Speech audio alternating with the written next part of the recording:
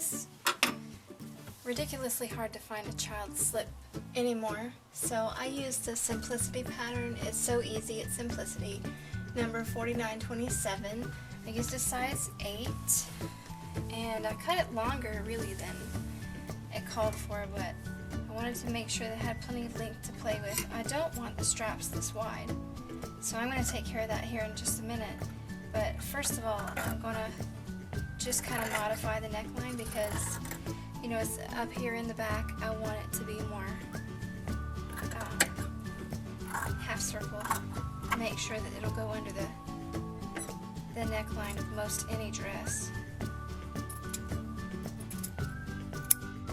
Okay. Alright, probably not beautiful, but I guess it'll work. I'm going to quickly pin the sides together, you know, in the arm. Oops. In the arm. Okay. Alright, so what I'm gonna do is just basically cut this out a little bit more, a little deeper. I like the length of the arm, but I want the straps thinner because if you do a slip with this thick of a strap, there's going to be an issue. So to make sure this is the same, I'm going to fold it over, match this shoulder here, okay, and then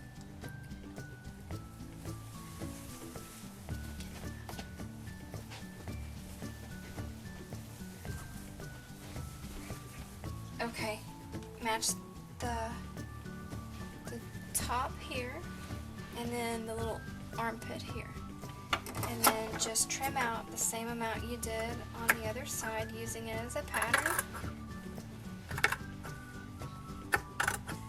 And the beauty of a slip is if you're not a great sewer or you're in a hurry, it doesn't matter because nobody's going to see that slip but you and your child. So then you just measure off the length that you want it to be. I don't think I want it this long because it'll hang out of most of the dresses. So I'm going to just measure from the shoulder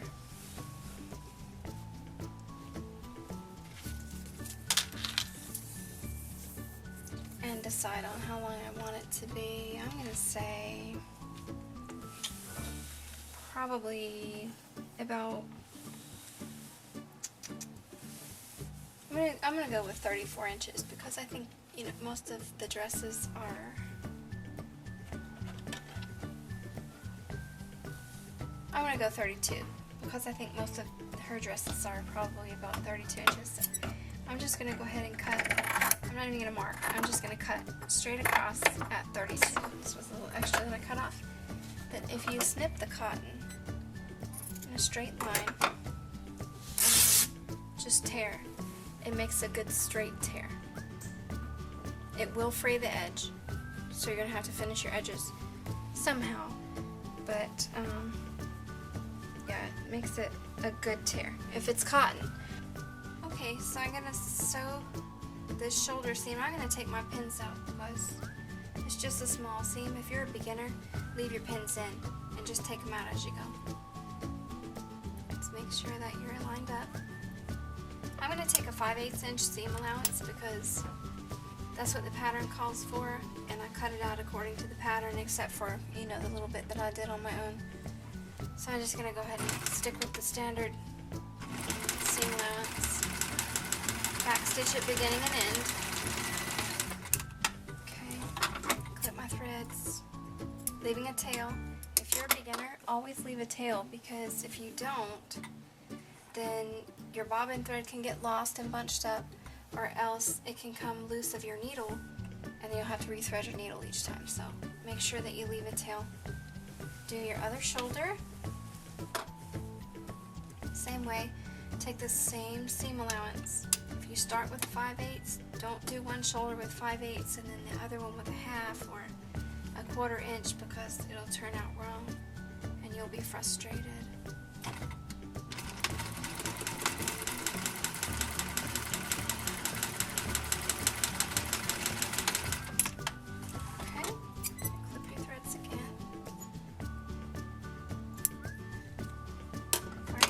of your shoulders. The next thing that we're going to sew is the side seam.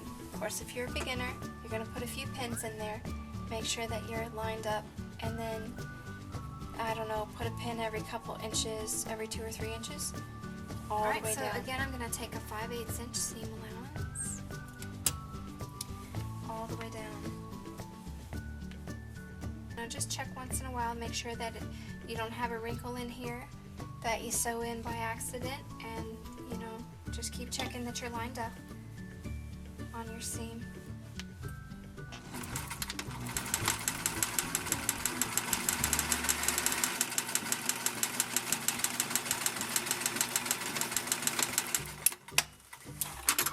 Clip your threads. Always clip as you go. Alright, turn it over. Sew down the other side. Okay, I'm going to serge my seams, or some people call it overlock. If you don't have a serger, that's fine. You can stitch and pink your edges, but you would open them out and then stitch just with like a 1/4 inch away from the seam with your machine, and then you would pink the edges with pinking shears. And if you're not sure what pinking shears are, they are these lovely things. See the teeth? And they make just a little zigzag to keep your edges from the edges of your fabric from fraying too far, so that they don't fray past your seam. So it'd be really bad. Alright.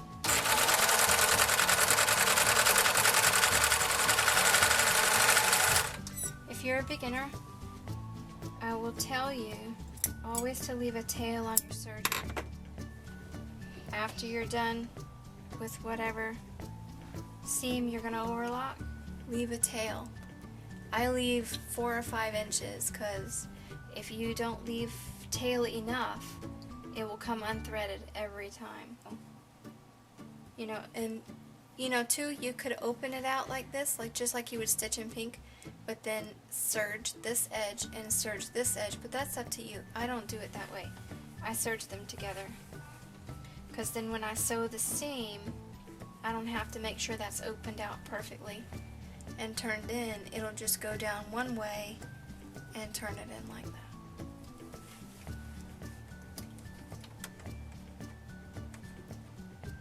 I'm always careful now to wear safety glasses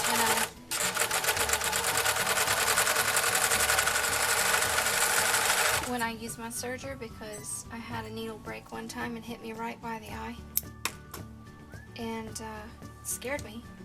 So ever since then, I wear safety glasses. See?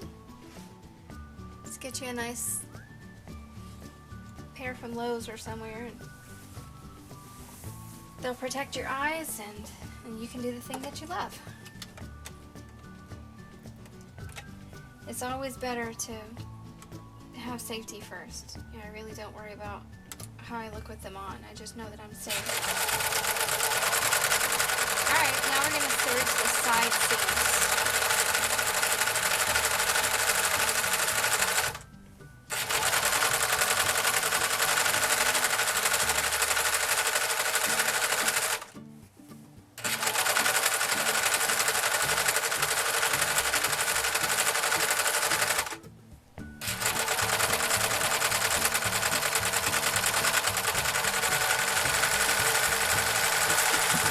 Also, if you're a beginner, keep your fingers away from the cutting tool.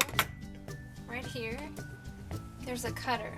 It goes down right there, and it slices off the edge of your fabric as the serger makes the loops across the seam. Keep your fingers away from that, please, beginners, because it will cut you.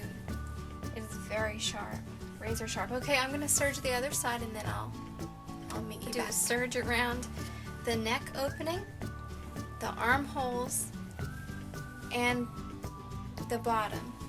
Okay, so I'm going to open up my machine. I don't know if yours will do this or not, but mine will open up, and then it makes it easier to get around for, a smaller thing like an armhole. So,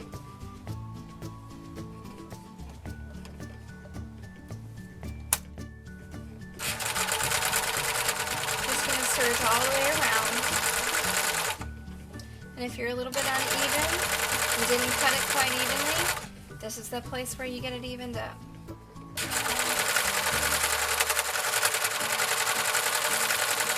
Because it'll just cut off all that excess.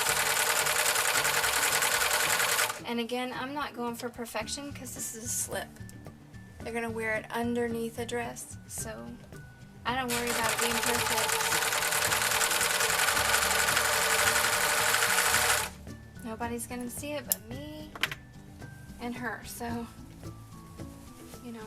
So there's one armhole done, much better looking, okay? Now I'm going to do the neck hole, but I want you to see that I have tacked this seam here down this way. So now I'm going to be going this way, and I don't want it tacked down this way because then that's going to make that uncomfortable on her. So I want it to stay this way, so I need to make sure that when I serge that, it's going to be laying this way. And the way I do that is to put it under the presser foot to start out with. And that way I don't end up at the end and say, oh no, it's all twisted. I don't have that happen because I'm going to start right there. Go all the way around the neck opening.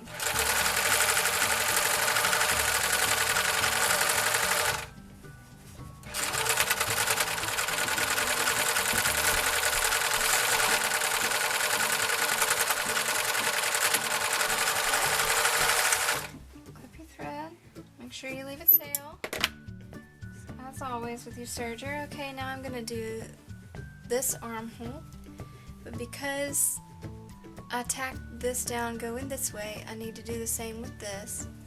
So again, I'm going to start under the presser foot. Okay. And then again.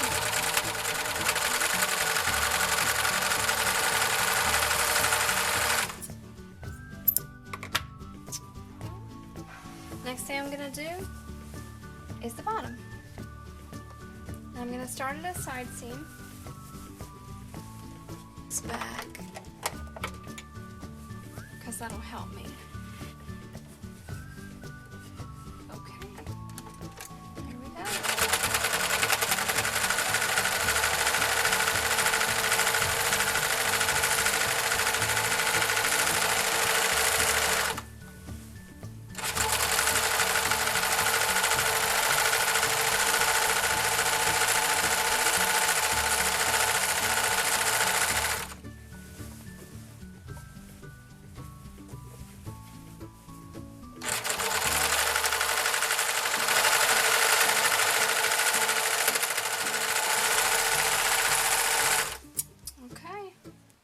If you're not real confident that you can make that happen and get it as straight as you want it, that's fine. You know what? Take a measurement down and, you know, get it straight like you want it, because this is your project.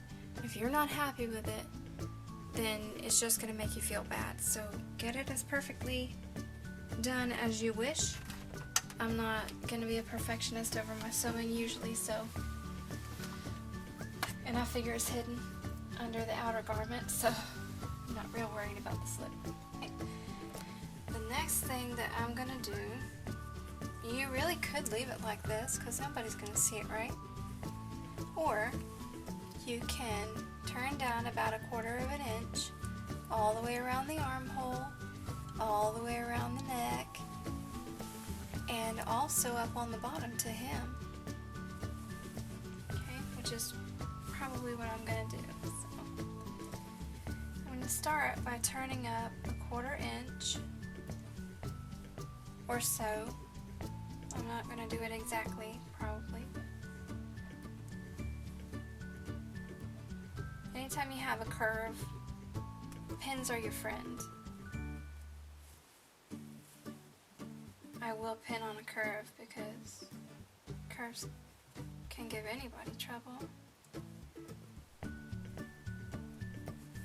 Sorry if you can't see that. I'm bad about getting my hands in the way. Okay. There.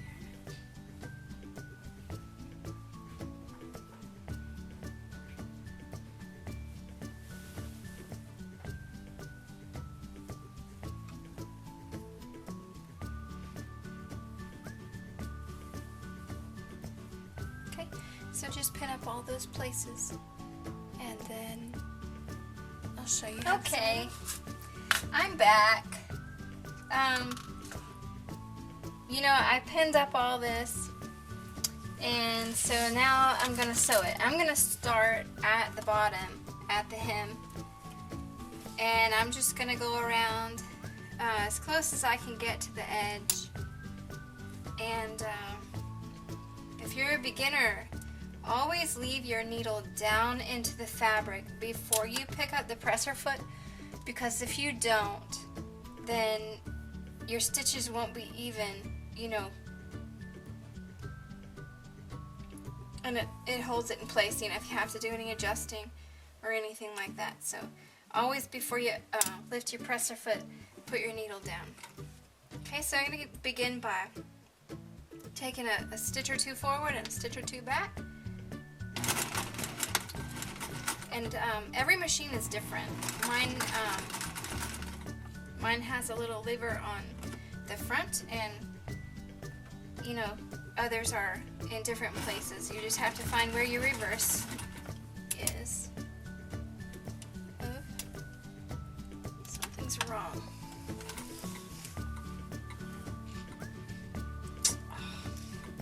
Let's see what it is. Okay. My machine's not sewing because my thread came out of the take-up lever, so I'm gonna real quick rethread just that much of my machine.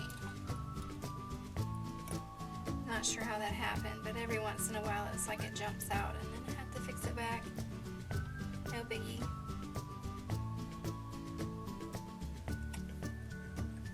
Okay. There we go. I usually start at the seam, and then I'll stitch as close as I can. Now, I've only folded this up one time. If you want, you can fold it up a second time before you hem, but when I serge the edges, I don't see any need. Nobody's going to see the underside but you.